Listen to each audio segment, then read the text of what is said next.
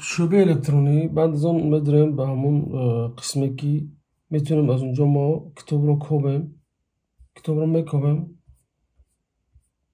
وقتی که اینجا نامش نوشته شد کتاب میبرد می‌نویسیم ویس. خب برآمد کتاب مقدس اوستا تاجیکی به همین شکل. بسم الله و صلوات و سلام علی رسول الله. روزتون بخیر دوستان گرامی. خب همگی یاد دارید که ما یک چند روز یک نواری درباره قرآن و اوستا گذاشته بودیم که خیلی سر و صدا بلند کرد و هر برداشتی از آن کرد و بعضی دشنام دادن، بعضی اخلاق خود را نشان دادند و مثلا می‌بینیم که بسیار حالت انسان‌های متدین و انسان‌های دیندار رو متهم می‌کنند که شما تندگرا هستید، شما تندرو هستید. وقتی یک مقاله جدی دینی شما نوشته شد یا یگان انتقاد شد شما به یک تندی برخورد میکنید. اما دیدیم که پیروای اوستا خیلی تندرو بودند، خیلی سخن‌های قبیح هم شنیدیم. یعنی انسانی بودند که یگان میتونم گفت که دیدی اکادمی نداشتن، انتقادشون هم انتقاد کوچگی بود و بعضی از دوستان از ما التماس کردن که چی میشد که همین نکته هایی که شما ذکر کردید و یا اینکه چیزهای علاوه‌ای باشد با همون ارقام صفحات و یا اینکه به اصطلاح همون در کدام قسمی از اوستا آمده است، زیر کدام فصل است، زیر کدام بند است، همونها رو برای ما بازگو میکردید تو اینکه فایده عام‌تر بشد. و ما هم استنادا به همین طلب دوستان امروز بعضی از نکته ها، بعضی از فقهی که در اوستا آمده است برای شما پیشکش میکنیم تو اینکه دانید که تا چی درجه این دینی است که فقه عجایب و غرایب دارد. و مقصد ما البته طعنه نیاگان نیست، خیلی که بعضی ها اونجا برداشت کردن گفتن که نخواد که نیاگان ما همین طور باشد، اینها طعنه به نیاگان دارن، اینها اصل ندارن، اینها اینند و اونند. مقصد اینجا انتقاد و نصوص هست، متن‌هایی است که در اون کتابی به نام مقدس آمده است. یعنی ما طعنه به کسی نکردیم، طعنه به گذشته کسی هم نکردیم، بلکه متن‌های اون رو داریم. یعنی ببینیم جمله که آیا با عقل بشری درست میگیرد نمیگیرد، تا چه درجه اینجا بعضی هدف و غرض‌های انسان‌هایی که این کتاب نوشته‌اند در اونجا دیده میشود. فقط فاش کردن همین چیزها هست. خب برای مثال دوستای عزیز، ما مثلا وقتی رجوع میکنیم به کتاب وندیداد، یعنی که قسم وندیداد در اوستا، بسیار وقت میبینیم که در ما دعوا میشد که اوستا یگانه دینی است که یکتا پرستی بود، دینی یکتا پرستی هست و زردشت آمد تا اینکه مردم رو یکتا پرست کند. این دعواها بسیار هستند. بنابراین برای درک کردن این چیز روی می‌آوریم به همین وندیداد و می‌بینیم که در فرگرد اول اون که فصل اولش درباره خدا چی میگوید. ببینیم که دوستان عزیز در فرگرد اول مثلا درباره معلوم است که همین انسانی عادی ترین وقتی به این کتاب صفحه میزند ببیند که این کتاب این دینی یکتا پرستی نیست، دینی است که خدایان بسیار دارد. مثلا میگوید که شروع میکند کتاب رو، میگوید که اهورا مزدا به زردوهشت سپیدم فرمود من آفریدم کشور و آرام و آسوده و این و اون می آید درباره ایرانوی گپ میزند. بعد از آن میگوید که مثلا دومین جا، سومین جا، چهارمین جای بهترین صحبت میکند. اما اینجا ببینیم که اهریمن را در مقابل همون مزدای خود میگذارد. مثلا میگوید که دوم جای زیستی بهینی من که اهورا مزدا هم گاوی میهنی سغدیان را آفریدم، اهریمن پرمرگ همچون پتیا را همان پشه را ساخت که برای گاو مال پرمرگ است. یعنی میگه من این چیز ساختم، اهریمن اومد این چیز دیگر رو در مقابل آن ساخت. سهمش هم بریم عیناً همین چیز میگه که من مروی توانا ارتیبا را آفریدم، اهریمن پرمرگ همچون پتیا را میگه همانا مرده و ویتو شهر را ساخت.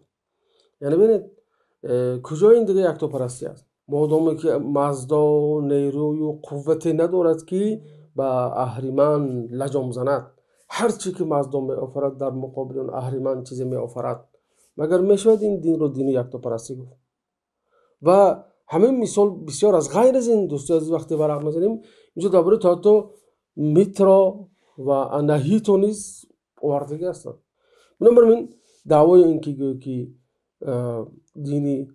دینی توحیدی هست و دینی یکتاپرستی هست یک دعوای پوچی هست. خب شروع میکنیم به بعض احکام فقهی. در حقیقت احکام فقهی دارن که انسانی که مسلمان است شکر میکنه که نعمت اسلام را الله تعالی برای ارزانی داشته است.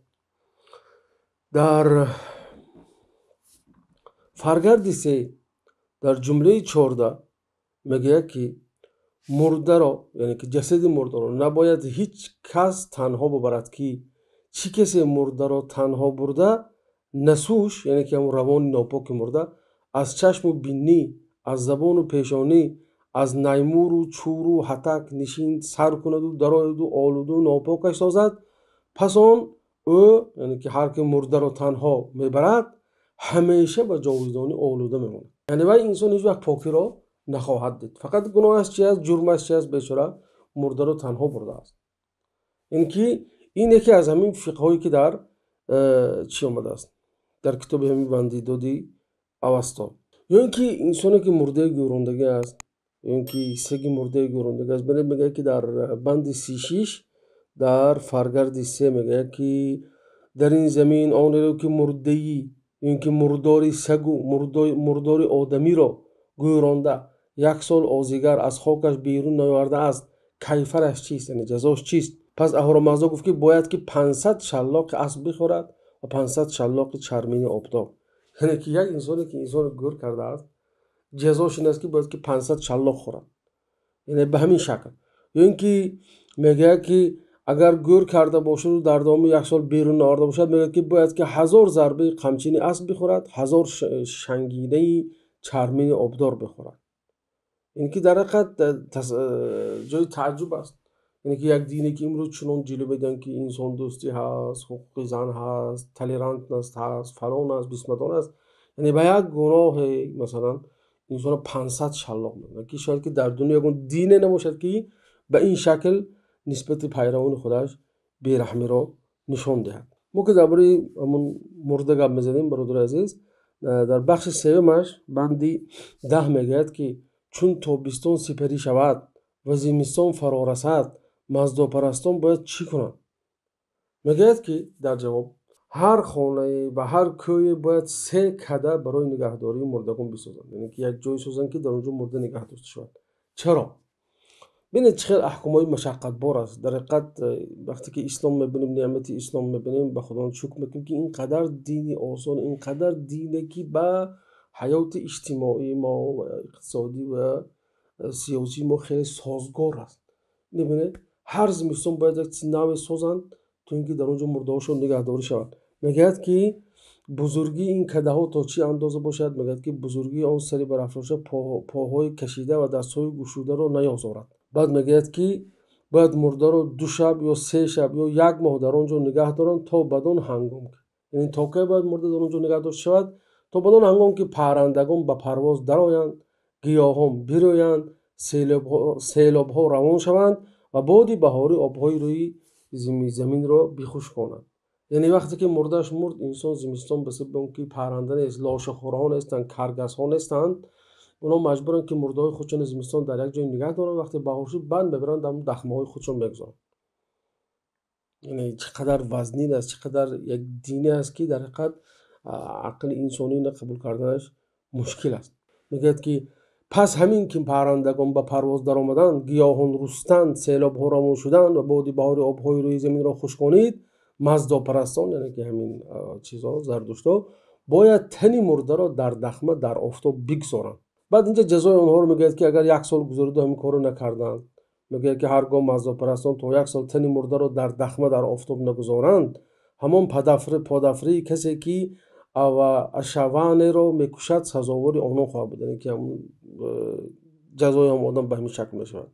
پیکر مرده باید چنین گذاشته شود که میگه باران بر آن و بر همه دخمه فرو برد، بازمانده های چرکین را شاید و پرندگان مرده را بخورند. یعنی تصور کنید میبرن مرده خودشون رو میگذارند و ببینن که لاشخورا انتظار هستند. تا حاضر عکسای هست اینجا، عکسای گذارید دوستای عزیز، عکسای هست که اونجا همین دخمه ها رو نشان میدهد و استخوان های انسان هست و کرگس ها هم بالی اون دخمه ها نشستن منتظری گوشتی تارو توزیع نوع انسانی است که بعد تقریبا سالهای 70 در ایران من شده است این چیز 1970 بعد از آن در هندوستان هم تقریبا سالهای 90 یا بعد از 90 من شد لیکن تا حال میگن که پورا اون چیز روایت کرده نمیشود و زردشت هایی که سخت دیندار حتما درستی هاشون پنهانی به همین شکل میبرند و طعمه اول کرگس میکنند بعد استخوان اون را جمع میکنند و درونی اون کوزه میگذارند